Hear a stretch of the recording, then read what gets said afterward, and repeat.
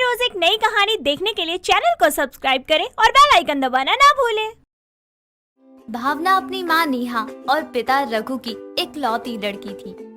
भावना काफी सुंदर और होनहार लड़की थी, पर उसको इतना सुंदर और होनहार होने के बाद भी उसका कोई दोस्त नहीं था, क्योंकि भावना गरीब परिवार से थी। साथ ही वो पैरों से भी अपाहिज थी। भावना बैसाखी के सहारे चलती थी। ऐसे ही एक दिन भावना अपनी माँ के पास जाती है और अपनी माँ से कहती है, माँ, मेरे स्कूल के जूते फट गए हैं, मुझे एक और जूता दिला दो। हे भगवान, मैं भावना को जूते कहाँ से दिलाऊं? इनका भी काम छूट गया है। इस गरीबी ने तो हमारी कमर तोड़ रखी है। भावना बेटा, तू मुझे कुछ दिन का समय दे देना, मैं तुझे नए और अच्छे जूते ला कर दूंगी, पर अभी कुछ दिन रुक जाओ। अपनी माँ की बात सुनकर भावना कुछ नहीं कहती और वो अपनी माँ की बात मान जाती है। भावना स्कूल जाने में लेट हो जाती है और जब वो स्कूल पहुँचती है तो उसे उसकी टीचर रोक लेती है। भावना, आज तुम इतनी लेट कैसे? और ये क्या, तुम्हारे जूते इतने गंदे कैसे हो रखे हैं? देखो जरा साइड से कैसे फट रहे हैं ये। माफ करना मैडम, पर आज जब मैं आ रही थी तब मेरा एक पैर नाले में चला गया, जिस वजह से मेरे जूते फट गए और ये गंदे भी हो गए। वो सब तो ठीक है, पर ये बताओ आज तुम इतनी लेट कैसे हो गई हो?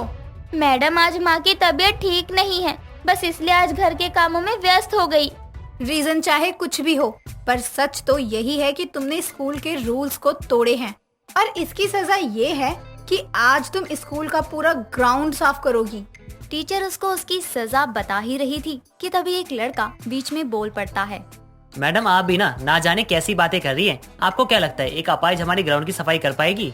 तुम चुप करो। भावना सब कर लेगी। स्कूल के सभी रूल सबके लिए बराबर हैं, इसलिए भावना को स्कूल साफ करना ही होगा। भावना की टीचर उसे सजा देकर वहाँ से चली जाती है, जिसके बाद भावना अब स्कूल के ग्राउंड को साफ करने लगती है। वो स्कूल के ग्राउंड को साफ करके एक बेंच के ऊपर थक कर बैठ जाती है और अपनी आंखों में आंसू लिए वो खुद से कहती है, काश मेरे पास भी पैर होते, काश मैं पैरों से अपाहिज ना होती।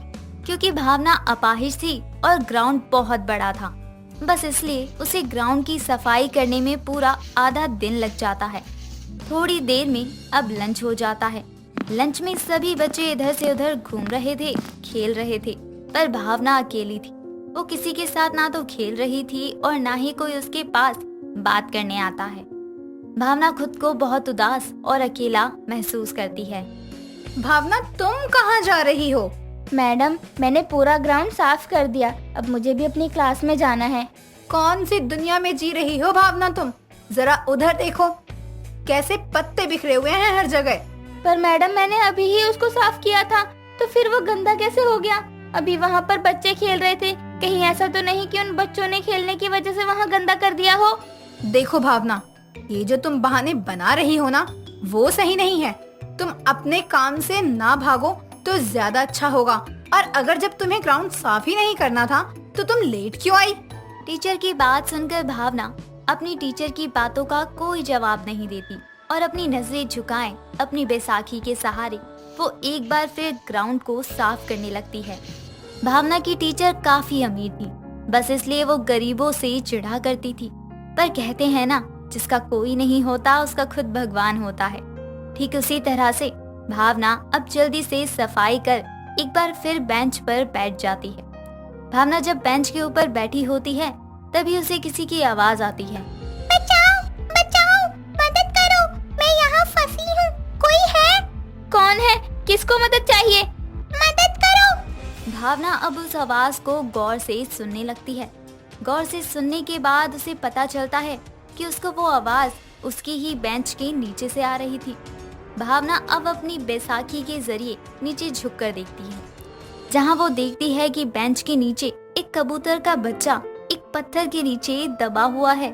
उसे कबूतर के बच्चे को इस तरह से फंसा देखकर भावना अब बिना सोचे समझे उसकी मदद करते हुए कहती है, तुम फिक्र मत करो बच्चे, मैं तुम्हें इस पत्थर से बाहर निकालूंगी। भावना अब उस कबूतर के बच्चे को उस पत्थर से बाहर निकालती है, जिसके बाद वो अपनी बैसाखी द्वारा उठती है और उस कबूतर के बच्चे को बेंच पर रख देती है और उससे कहती है, तुम्हें तो बहुत गहरी चोट लगी है, तुम्हारी माँ कहाँ है? इस दुनिया में कोई नहीं है। तुम बोल कैसे सकते हो? भला एक कबूतर कैसे बोल सकता है? भावना इतना बोलती ही है कि तभी उसके चारों तरफ एक तेज रोशनी आती है और उस रोशनी में भावना गायब हो जाती है। मैं यहाँ कैसे आ गई? ये कौन सी जगह है? और आप कौन हो? मैं वही कबूतर का बच्चा हूँ जिसकी तुमने मदद की थी, और ये है जादुई दुनिया। तुम एक जादुई दुनिया में हो। जादुई दुनिया? भला जादुई दुनिया भी होती है? हाँ हाँ होती है। मैं साल में एक बार इस दुनिया से बाहर निकलती हूँ, वो भी जख्मी हालत में। जो मेरी मदद करता है मैं उसको यहाँ पर ले आती हूँ, और देखो तुमने मेरी मदद की है इसलिए मैं तुम्हें यहाँ पर ले आई। मुझे यहाँ नहीं रहना, प्लीज मुझे मेरे घर जाने दो। तुम यहाँ नहीं रहना चाहती? नहीं, मैं यहाँ नहीं रहना चाहती। मेरी माँ वहाँ पर बीमार है और बाबा भी काम की तलाश में बाहर गए हैं। माँ अकेली है, उन्हें मेरी जरूरत है। पर तुम अपनी माँ की मदद कैसे करोगी? तुम तो अपाहिज हो, और अपाहिज का अपने माँ बाप के साथ रहना ठीक नहीं होता, क्योंकि अपाहिज अपने माँ बाप के ऊपर बोझ होते हैं, बोझ। हाँ मैं अपाहिज हूँ, पर मैं अपने माँ बाप पर बोझ नहीं हूँ। हाँ मैं अपाहिज हूँ, पर इसका मतलब ये नहीं है ना कि मैं अपने दुखों के सामने अपने माँ बाप को भूल जाऊँ। हम गरीब जरूर हैं, पर अपनी गरीबी का रोना नहीं गाते। जितना भगवान ने हमें दिया है उसमें हम खुश हैं। भावना की बात सुनकर लड़की एक मुस्कान देती है और उससे कहती है, मुझे तुम्हारी बात पसंद आई, पर तुम चिंता मत करो। अब से तुम ना तो अपाहिज रहोगी और ना ही तुम्हारे घर में कोई गरीब होगा। पर वो कैसे? भावना की बात सुनकर लड़की अपनी आंखें बंद करती है और उसे एक मामूली सा जूता दे देती है। ये जूता रख लो। नहीं नहीं, मैं ये जूता नहीं ले सकती, क्योंकि माँ ने कहा था अभी कुछ दिनों बाद वो मुझे नए जूते दिला देंगी, तो मैं ये जूते नहीं ले सकती। भावना, ये जूते कोई मामूली जूते नहीं है, बल्कि ये जूते जादुई जूते हैं। इस जूते से तुम अपने घर के हालातों को सुधार सकती हो, और तुम पर हंसने वालों का ये जूता मुंह तोड़ जवाब देगा। भावना कुछ बोल पाती उससे पहले ही वो जादुई दुनिया और वो लड़की गायब हो जाती है, पर उसके हाथ के जूते गायब नहीं होते। पर क्या सच में वो जूते जादुई थे? ये जानने के लिए वो उन जूतों से ही कहती है, जादुई जूते, मेरी पीटी टीचर गरीब बच्चों पर बहुत अत्याचार करती है, साथ ही वो मेरे पैरों से अपाहिज होने का फायदा भी बहुत उठाती है। मैं चाहती हूँ कि उनको तुम मजा चखाओ, जिससे फिर कभी वो ऐसा ना करे। भावना के बोलते ही उस जूतों में से एक तेज रोशनी आती है। वो रोशनी हर जगह फैल जाती है, जिसके बाद अब जब भावना की टीचर बाहर आती है तब उसका पैर मुड़ जाता है, और पैर मुड़ने की वजह से टीचर के पैरों में मोच आ जाती है। मेरा पैर, हाय कोई मेरी मदद करो। भावना अब अपनी टीचर की मदद करती है, जिसके बाद टीचर को ये एहसास हो जाता है कि वो भावना का कितना फायदा उठा रही थी। इतना गलत करने के बाद भी भावना ने उसकी मदद की। ये देखकर टीचर उससे कहती है, भावना, हो सके तो मुझे माफ कर दो। मैं अपनी अमीरी के घमंड में बहुत घमंडी हो गई थी, पर अब मेरी आंखें खुल गई है। टीचर की बात सुनकर भावना उसे माफ कर देती है और अपने घर जाकर वो अपनी माँ को सब बता देती है, जिसके बाद अब जब भी वो जूते पहना करती तो वो बिल्कुल सही हो जाती। साथ ही अब उसके घर की कंडीशन भी पहले से काफी बेहतर हो जाती है। खुशबू वैसे तो काफी सीधी सादी और खुश मिजाज लड़की थी, मगर अपने रंग और मुंह से बाहर निकले 2 दांतों की वजह से अपना मजाक बनता देखकर वो अक्सर ही उदास हो जाया करती थी और खुदकुशी करने की भी कोशिशें किया करती थी। मगर अपनी छोटी बहन सुजाता के बारे में सोचकर वो खुद को ऐसा करने से रोक लेती थी। देखते ही देखते वो 28 साल की हो जाती है। उसके रिश्तेदारों को खुशबू की शादी की चिंता सता रही थी, मगर कोई भी लड़का उसे देखने आता तो उसका रंग और चेहरा देखकर निराश हो जाता। एक दिन वो इसी वजह से अपने घर में एक कोने में बैठकर रो रही होती है। सुजाता को ये सब देखकर काफी बुरा लगता है और वो खुशबू के आंसू पोंछकर बोलती है, दीदी मुझे पता है आप क्यों रो रही हो, और मैं आपको बता दूं कि रोने से किसी चीज का सलूशन नहीं निकलता। तो क्या करूं सुजाता, तू ही बताना। इस काले रंग और बाहर निकले दांतों की वजह से पूरी सोसाइटी और कॉलेज में मेरा मजाक बना हुआ है और इसके कारण मेरी शादी भी तो नहीं हो रही। दीदी, मैं आपकी जितनी बड़ी और समझदार तो नहीं हूँ, मगर एक बात काफी अच्छे से समझती हूँ कि इस दुनिया में 9 अरब लोग हैं। उनमें से कोई तो ऐसा होगा जो सिर्फ आपके लिए बना होगा। So just wait for him. Sujata, एक तू ही तो है जो मुझे समझ पाती है। दीदी, आप बड़ी बहन हो मेरी, इसलिए अब इस उदासी को छोड़कर अपनी पढ़ाई में लग जाओ। एग्जाम आने वाले हैं आपके। सुजाता के मुंह से ऐसा सुनकर खुशबू उत्साहित हो जाती है और अपने एग्जाम्स की तैयारियों में लग जाती है और उसके एग्जाम्स भी काफी अच्छे जाते हैं और एग्जाम्स के रिजल्ट में अपनी रैंकिंग देखकर खुशबू काफी खुश होती है।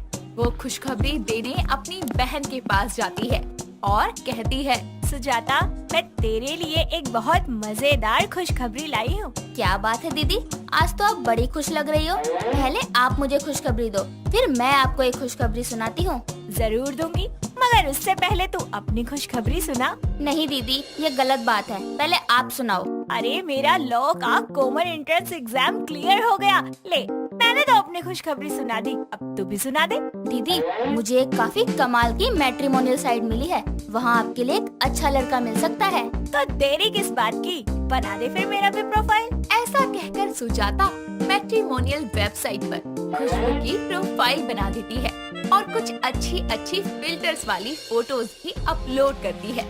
धीरे धीरे कई लोग उसकी प्रोफाइल को देखते हैं और जब असल में उससे मिलने आते हैं तो निराश होकर लौट जाते हैं। मगर एक दिन सचिन नाम का एक लड़का उसे कॉल करता है और उससे मिलने की ख्वाहिश करता है। खुशबू तैयार हो जाती है। जब सचिन उससे मिलता है तो उसके चेहरे को देखकर उसे थोड़ी निराशा होती है, मगर जब वो खुशबू से बातें करता है तो उसे लगता है कि उसे खुशबू से ही शादी करनी चाहिए। पैसों की तंगी की वजह से दोनों कोर्ट मैरिज कर लेते हैं। शादी के अगले दिन सचिन की माँ लक्ष्मी खुशबू का चेहरा देखकर चौंक जाती है। अरे वो नाच पिटे, ये किसे प्याल आया? क्या हो गया माँ? ना इसकी शक्ल सूरत है, ना कोई रंग रूप। माँ, आजकल के जमाने में ये रंग रूप और जात पात कौन देखता है? जात पात तो चल जाता, जरा खुद ही देख इस शक्ल को, कैसा जला हुआ भटूरे जैसा चेहरा लगता है इसका और फावड़े जैसे दांत। माँ, आप उसे ऐसा नहीं कह सकती, वो मेरी पत्नी है। सचिन, ये मत भूल कि मैं तेरी माँ हूँ और तूने इस लड़की से शादी करके पूरे खानदान में मेरी नाक कटवा दी। माँ, जो भी हो वो मेरी पसंद है। अपनी बात पूरी करके सचिन वहाँ से चला जाता है, मगर खुशबू एक कोने में खड़ी होकर ये सब सुन लेती है और चुपचाप अपने कमरे में जाकर रोने लगती है।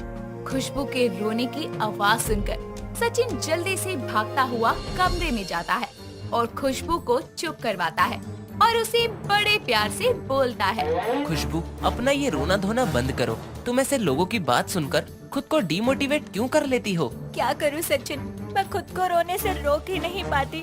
पता नहीं भगवान ने मेरे साथ ये नाइंसाफी क्यों की। भगवान जो भी करता है सब अच्छे के लिए ही करता है। तुम भगवान पर भरोसा रखो और मजाक उड़ाने वाले लोगों को जवाब देना सीखो। मैं बहुत कमजोर हूँ, मैं किसी को जवाब नहीं दे सकती। वो तुम्हारे ऊपर है। तुम्हें लोगों को जवाब देकर सबक सिखाना है और एक चैन की जिंदगी जीनी है, या फिर अपनी जिंदगी के हर दिन लोगों के ताने सुनकर घुट घुट के गुजारने हैं। मैं यूँ रोज रोज घुट घुट कर नहीं जी सकती। तो खुशबू, फैसला अब तुम्हारे हाथ में है।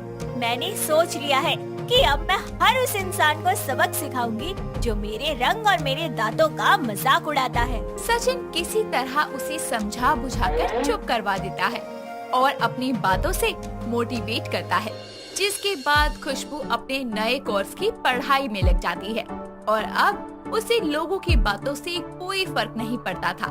फिर एक दिन कॉलेज के एक फंक्शन में जब वो स्पीच दे रही होती है, तभी कुछ छिछोरे उसे काली कलोटी जैसे नामों से चिढ़ाते हैं। स्पीच खत्म होने के बाद खुशबू बड़े ही गुस्से से उन लड़कों के पास जाती है और उनमें से एक का कॉलर पकड़कर बोलती है, हाँ भाई, क्या प्रॉब्लम है तुझे मेरे काले होने से? खुशबू का गुस्सा देखकर लड़के काफी डर जाते हैं और डरते हुए एक लड़का बोलता है, मेरे को कोई प्रॉब्लम नहीं है। प्रॉब्लम होगी तभी तो तू मेरी स्पीच के बीच में चिल्ला रहा था। मैं नहीं था वो। झूठ मत बोल। ऐसा कहकर खुशबू उस छिछोरे लड़के को एक जोरदार तमाचा मारती है। लड़के को चाटा पड़ने के बाद काफी सारी भीड़ वहाँ इकट्ठा हो जाती है और फिर खुशबू पुलिस को कॉल कर देती है, जो कि उस लड़के को अपनी गिरफ्त में ले लेती है और फिर से स्टेज पर जाकर वो स्पीच देने लगती है। दोस्तों, साथियों, आप सबने देखा कि कैसे कुछ छिछोरे लड़कों ने मुझे परेशान किया, मेरे रंग और मेरे दांतों का मजाक बनाया। मैं आप सब लोगों को बताना चाहती हूँ कि पिछले 2 साल से मैं कुछ ऐसे ही लोगों की बातों को सह रही थी, लेकिन अब उसकी हद पार हो चुकी है और मैंने अब अपने लिए आवाज उठाना भी सीख लिया है। आप सभी जानते हैं कि हमारे देश में कितने प्रकार के लोग हैं जिन्हें विभिन्न प्रकार की समस्याएं हैं और वो उन समस्याओं के साथ ही अपनी जिंदगी बिता रहे हैं। लेकिन कई बार ऐसे लोगों की वजह से वो डिप्रेशन में इतना ज्यादा चले जाते हैं कि वो आत्महत्या जैसे घातक कदम भी उठा लेते। किसी को भी हमारे साथ ऐसा करने का कोई अधिकार नहीं है। यदि कोई आपके साथ ऐसा करता है तो आप उसके खिलाफ लीगल एक्शन ले सकती हैं। उन्हें कम से कम 10 साल की जेल करवा सकती हैं। आमतौर पर गांव से आई लड़कियां जो कि शहर में कुछ काम करने आती हैं, उन्हीं के साथ ज्यादातर ऐसा होता है। तो ध्यान रखिए कि आप अकेली नहीं हैं। आप अपनी आवाज को आगे लाइए। हम सब मिलकर इस समस्या को खत्म कर सकते हैं। ये भाषण सुनने के बाद खुशबू का भाषण अखबार में छपता है और कई सारे टीवी चैनल पर भी उसका इंटरव्यू दिखाया जाता है। कुछ दिनों बाद राज्य के मुख्यमंत्री द्वारा खुशबू को महिला विभाग में एक पद प्रदान किया जाता है और उसे सम्मानित भी किया जाता है। दोस्तों, अगर आपको ये कहानी पसंद आई तो इसे लाइक करें, शेयर करें और कमेंट करके बताएं कि कहानी में आपको सबसे अच्छा क्या लगा।